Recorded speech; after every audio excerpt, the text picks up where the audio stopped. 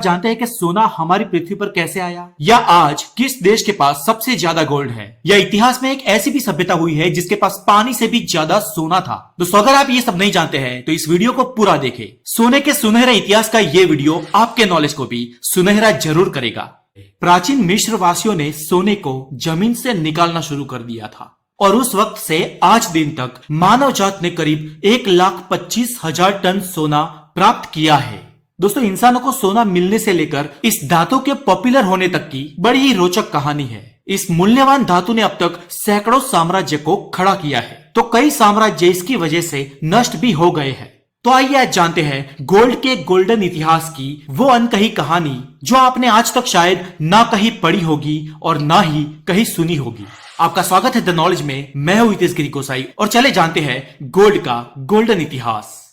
दोस्तों ये कीमती धातु हम इंसानों के हाथ लगी ये वाकई में एक चमत्कार था, क्योंकि पिछले 4 अरब सालों में पृथ्वी का लावा जैसे जैसे ठंडा हुआ वैसे वैसे पृथ्वी की ऊपरी सतह पर एल्यूमिनियम, मैग्नीशियम, पोटेशियम, सोडियम और कैल्शियम जैसे तत्व बाहर निकले और लोहा, तांबा, मर्क्यूरी, प्लेटिनियम और सोने जैसी धातुएं पृथ्वी के पाताल में चली गई। जमीनी सतह पर इसका नामो निशान न था और ये धातुएं हमेशा शायद पृथ्वी के गर्भ में दब कर रह जाती। लेकिन चमत्कार ये हुआ कि शुरुआती दौर में बार बार हुए ज्वालामुखी विस्फोटों ने इन धातुओं को लावा के जरिए बाहर निकाल दिया और इस तरह सोने के कण पृथ्वी के महासागरों में, खदानों में और रेत में स्प्रेड हो गए और ये कुछ जगह पर कम और कुछ जगह पर बहुत ज्यादा मात्रा में पाए जाने लगे।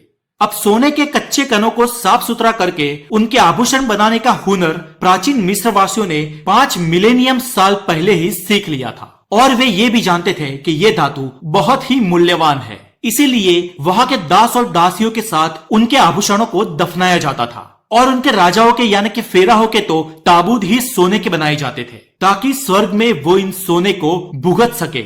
अब ये अंधविश्वास काफी हद तक मिस्र के पतन का भी कारण बना, क्योंकि उस जमाने में करेंसी की जगह सोने का उपयोग किया जाता था। किसी भी राजा की सेना और उसका शासन स्वर्ण पर निर्भर करता था। इसलिए इस लोक परलोक की मान्यता के चलते इजिप्ट के कई उत्तराधिकारी राजा कंगाल बने और ईसा पूर्व सन 945 में पहली बार मिस्र गुलाम बना। दोस्तों अब मध्य युग की बात करें तो उस समय यूरोप और अरब में सोने की कमी थी, इसलिए यूरोपियनों ने एल्केमिस्ट्स को सोना बनाने की हिदायत दी। इन एल्केमिस्टों ने पारे को सोना बनाने के अथाक प्रयत्न किए, लेकिन आखिर पारा ही क्यों? तो क्योंकि प्राचीन एल्केमिस्ट ये जानते थे कि सोने और पारे के बीच सिर्फ एक ही इलेक्ट्रॉन का फर्क है, जो पारे में 79 है और सोने में 80 है, और बस इस एक इलेक्ट्रॉन्स के फर्क को मिटाने में यूरोपियन एल्केमिस्ट जुड़ गए। पर लाखों प्रयास के बाद भी वो ये फर्क मिटा ना सके, क्योंकि कौवा कितना भी वॉशिंग मशीन में नहा ले वो बगला नहीं बन सकता। लेकिन खैर इस प्रयोग से एल्केमिस्टों को एक बड़ी कामयाबी जरूर मिली, जो थी सल्फ्यूरिक एसिड, नाइट्रिक एसिड और हाइड्रोक्लोरिक एसिड। और इन तीनों केमिकल्स की खोज हमारे लिए सोने से भी बड़ी कामयाबी थी, क्योंकि इनके बिना आज औद्योगिक क्रांति ना हुई होती। बहरहाल एल्केमिस्ट तो कृत्रिम सोना बना ना सके, पर पोर्टुगीज और स्पेनिश लोग सेंटर और साउथ अमेरिका पहुंचे और वहां उनको एक सभ्यता मिली। नाम था इक्का सिविलाइजेशन। दोस्तों इस इक्का सिविलाइजेशन के पास इतना सोना था कि मानो सोना ना हो पानी हो।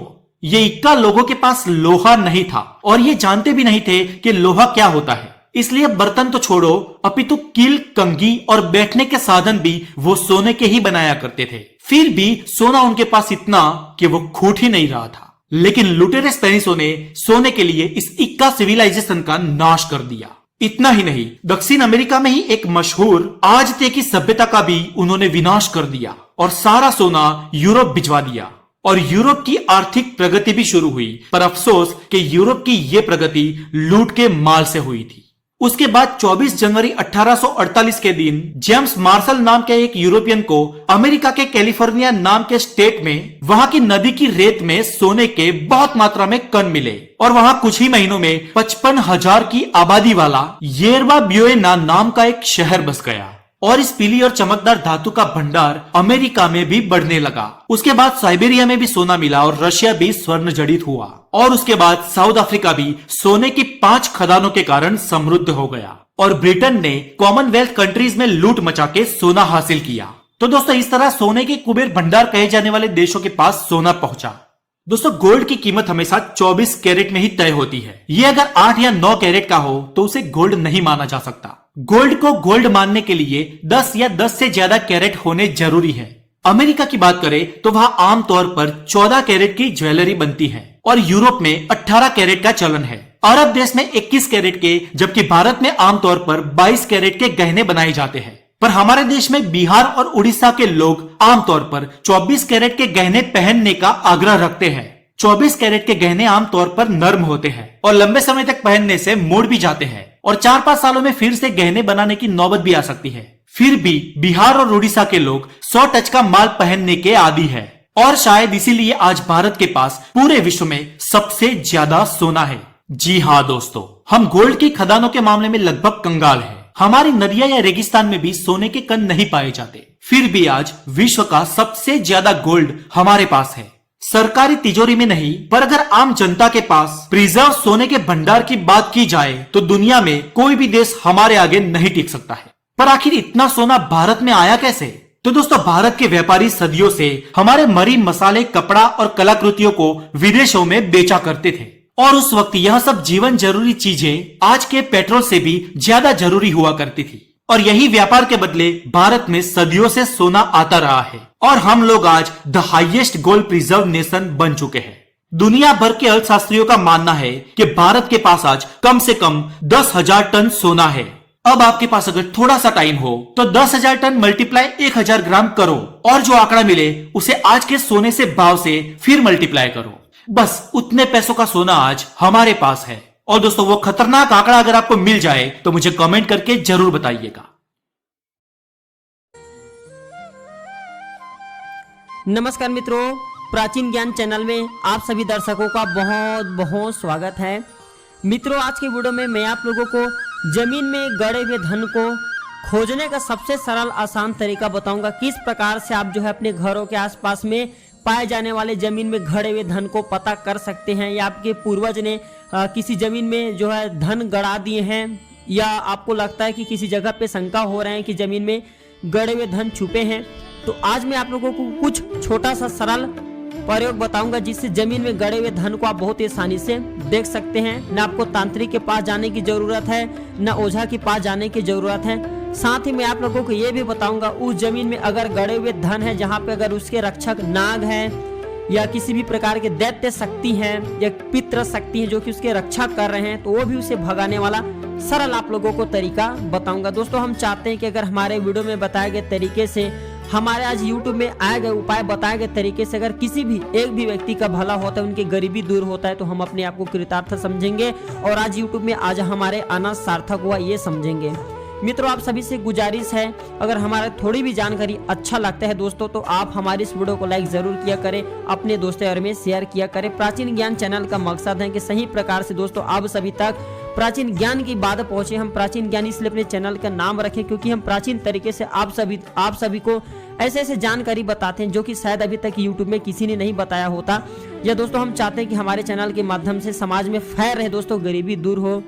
तो सबसे पहले मैं आप लोगों को बताना चाहूंगा, अगर आपको जिस जगह पे शंका हो रही है, जहाँ पे जमीन में गड़े हुए धन आपको लगता है, तो सबसे पहले तो उस जगह को आपको साफ कर लेना है। जिस जगह पे आपको शंका है, यह लगता है कि जमीन में गड़े हुए धन है, तो उस जगह को सबसे पहले तो आप साफ कर लीजिए, एकदम आपको बराबर कर लेनी है।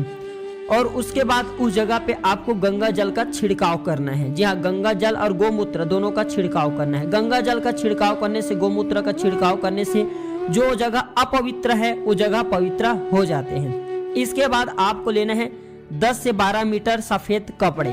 जी हाँ, 10 से 12 मीटर सफेद कपड़े या उतना कपड़े आप ले सकते हैं जितने जो जमीन है, जितने वो जगह घेरे, वहां पे आपको शंका हो रहे हैं कि जमीन में गड़े हुए धन है, तो उतना जगह के लिए आप जो है सफेद कपड़ा ले लीजिए और ये कपड़े पतले होना चाहिए। इसके बाद इस कपड़े के ऊपर में आपको राई को डालनी है। राई को मतलब आपको छिड़कनी है। जी हाँ, पूरी उस जगह पे आपको राई को छिड़क देनी है। दोस्तों अगर उस जगह पे वास्तव में जमीन में गड़े हुए धन है तो राई फूट जाते हैं। जी हाँ दोस्तों, जो राई है ना वो फूट जाते हैं, लाई के जैसे फूट जाते हैं, तो आपको पता चल जाएगा कि उस जमीन में गड़े हुए धन है। क्योंकि दोस्तों जमीन में गड़े हुए धन की जो ऊर्जा होती है वो आग के समान तपती हुई रहती हैं। इसलिए दोस्तों राई को उस जगह पे छिड़कने से वो फूट जाते, इतना ज़्यादा वहाँ पे गर्मशील होता है वो जगह। ये पहला प्रयोग है, 100% सफल प्रयोग है।